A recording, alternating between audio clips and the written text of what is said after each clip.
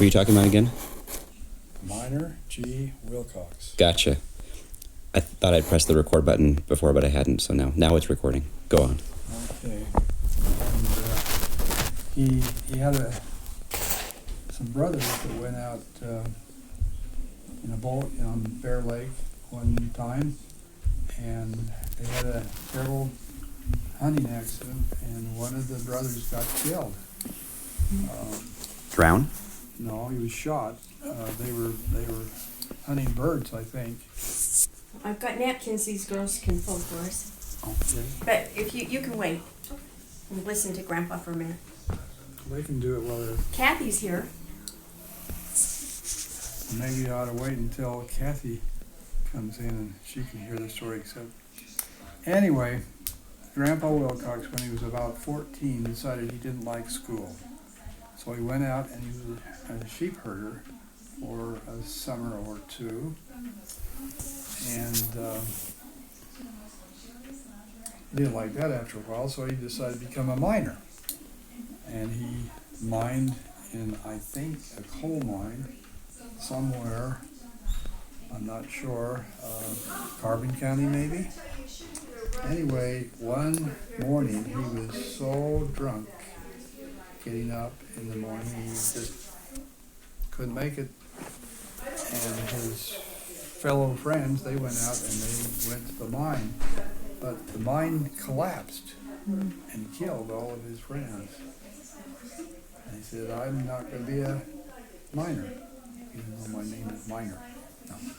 And I'm going to keep drinking because it apparently can save your life. It No? certainly did. And so he somehow met his wife, whose name was Olga Peterson.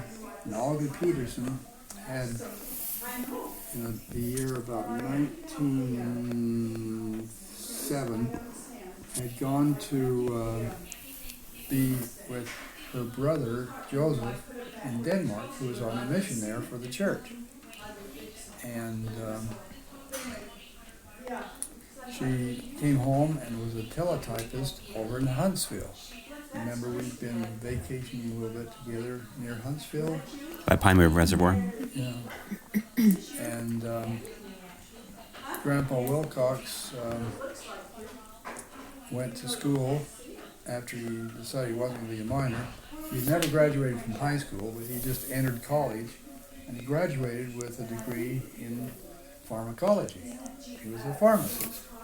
And so he set up shop over in Paris, Idaho, and the business wasn't very good. There were not very many people in Paris, Idaho, and so he got to selling to his best clients drugs.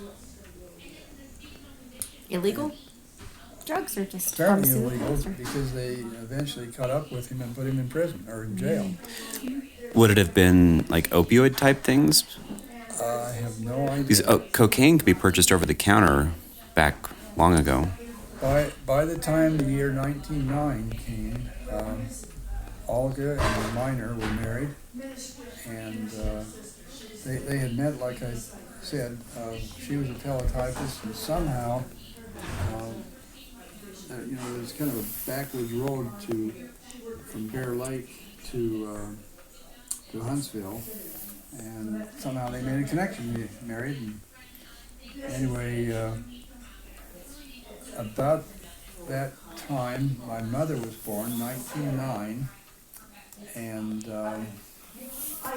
he had been incarcerated, but Olga had a brother, well, the same brother that was on the mission in Denmark. He came over and got Grandpa Wilcox out of jail. He had a lot of persuasive, whatever, rhetoric, or maybe they paid a fine or something. But after that, Grandpa Wilcox didn't know what to do. He couldn't be a pharmacist anymore. So a certain Dr. Hayward, who lives over here in Logan, that was a friend of his, said, look, Miner, why don't you go to school and become a dentist? That'd be a good profession for you. So he applied to Northwestern in Chicago and was accepted, and he went over there on the train. But the interesting thing is how he went on the train. He put my grandmother and my mother, who was about 2 years old, in about 1910 or 11, on the train, and then he got down underneath the train to save the fare and rode the rails. Can you imagine riding underneath a train from Ogden to Chicago? So I'm baffled. I've never heard. I mean, I've heard the term ride the rails, but I didn't know it meant steerage. Like, I don't know. I'm a story provider. but he skipped out on the fare somehow. Yeah, he didn't have to pay. That's the point. But he had the guts to do that. And so they went all the way to Chicago, spent a couple of years, and he became a dentist. At one time, they took a picture of him in his class and in a cadaver study.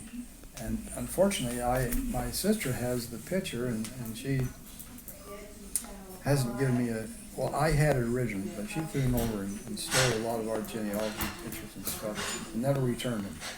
And in that picture is Grandpa Wilcox with kind of a dirty white smock on and I think a little cap on his head.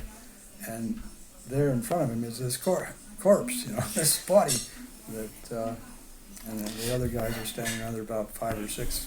And that's a very broad accusation of Aunt Louise, Dad. Did she steal or did she just Yes. relocate? She didn't ask. Huh, okay. When you don't ask, it's stealing. But she's maybe taking better care of them than you would. This last time I was in Denver, I said to her, Louise, let me take this book. I'll make a copy of all the things that you have, and I'll return this. And she said no. So anyway, Grandpa Wilcox came home and lived happily ever after at 2656 Quincy Avenue in Ogden. And I used to go down to Ogden 3 or 4 times every year. One of the times we went down was to go to dinner. And where did we go to dinner? We went to Uncle Joe's. The Joseph that got Grandpa Wilcox out of jail. And he went on, Uncle Joe was in the state legislature. And he was on the board of directors. He was friendly with the Eccles family because the Eccles family started out in Huntsville, and that's where Olga Peterson was from.